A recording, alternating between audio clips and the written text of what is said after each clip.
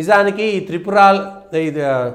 తెలంగాణలో త్రిపులార్ అనేటువంటిది ఒకటి రోడ్డు వస్తుంది కదా, దాంట్లో ఒక 15-18 కిలోమీటర్ల రోడ్డు ఈ రూట్ మ్యాప్ మారుతూ ఉన్నది. ఎవరి అవసరాల కోసం మారుతున్నది,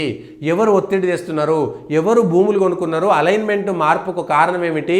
కేంద్ర ప్రభుత్వం చెప్పింది ఏంటి, రాష్ట్ర ప్రభుత్వం చెప్పింది ఏంటి, డిపిఆర్ ఎవరిస్తున్నారు, డిపిఆర్ మార్చాలని రాష్ట్ర ప్రభుత్వం ఎందుకు అనుకుంటుంది, దీంట్లో నిజానికి ఉన్నటువంటి లొసుగులన్నీ కూడా ప్రతిపక్షాలు ఎందుకో దీనిపైన సరిగ్గా స్పందించట్లేదేమో. భూములు కోల్పోతున్నటువంటి వాళ్ళ హక్కుల కోసం మాట్లాడుతున్నారు తప్పితే అలైన్మెంట్లో మారుతున్నటువంటి విధానంలో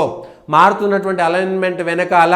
ఏదో గూడు పుటాని ఉన్నది. ఎవరి అవసరాల కోసమో, ఎవరి భూములను రక్షించడం కోసమో, ఎవరి భూముల యొక్క ధరలు పెంచుకోవడం కోసమో అలైన్మెంట్ను స్ట్రెచ్ను మారుస్తున్నారు, అయితే పొడుగు పెంచుతున్నారు, లేదంటే వంకలు తిప్పుతున్నారు అనేటువంటి ఒక చర్చ జరుగుతున్నటువంటి నేపథ్యంలో రాష్ట్ర ప్రభుత్వం విస్పష్టంగా ఒక ప్రకటన చేసి డిపిఆర్లో ఎటువంటి రాజకీయాలకు ఎటువంటి అవినీతికి తావు లేదని రుజువు చేసుకోవాల్సినటువంటి అవసరం కూడా, సందర్భం కూడా ఇదే. మరి ఆ త్రిపులార్ మొత్తానికి ఆ దక్షిణ భాగంలో ఏం జరుగుతున్నది, ఆ దక్షిణ భాగంలో 8-10 కిలోమీటర్ల స్ట్రెచ్ పెరగడానికి కారణం ఏమిటి, ఎందుకు పెరిగింది, లేదా ముఖ్యమంత్రి నియోజకవర్గం కవర్ కావడం కోసం దాన్ని ప్రత్యేకంగా పెంచేటువంటి ప్రయత్నం చేస్తున్నారా, అంత మాత్రమేనా, లేదంటే ఆ అలైన్మెంట్ చుట్టూ ఎవరెవరు ఈ మధ్యన ఈ 6 నెలలుగా, ఏడాదిగా, లేదంటే ఏడాదిన్నరగా భూములు కొన్నటువంటి వాళ్ళు ఎవరు, భూములు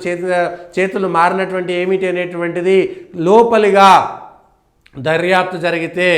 ఖచ్చితంగా వివరాలు, విషయాలు, దాని వెనుక ఉన్నటువంటి మతలబు ఏమిటో బయటకు వచ్చేటువంటి అవకాశం ఉన్నది. ఏ నాయకుల కోసం ఇదంతా జరుగుతున్నది, ఎవరి ప్రయోజనాల కోసం ఇదంతా జరుగుతున్నది, నిజంగా ఆ డిపిఆర్ ప్రజల ప్రయోజనాల కోసమే జరుగుతున్నదా, ఆ అలైన్మెంట్ అనేటువంటిది అక్కడ ఉన్నటువంటి అవసరాల కోసమే జరుగుతుందా, వ్యక్తుల యొక్క అవసరాల కోసం మారుతుందా అనేటువంటిది కూడా చూడాల్సినటువంటి అవసరం కూడా ఉంది. అది జరగకపోతే ఇంకేదో దాన్ని ఉన్నటువంటి మతలబ్ బయటికి రాదు అనేటువంటి విషయం కూడా ఒకసారి చూడాలి.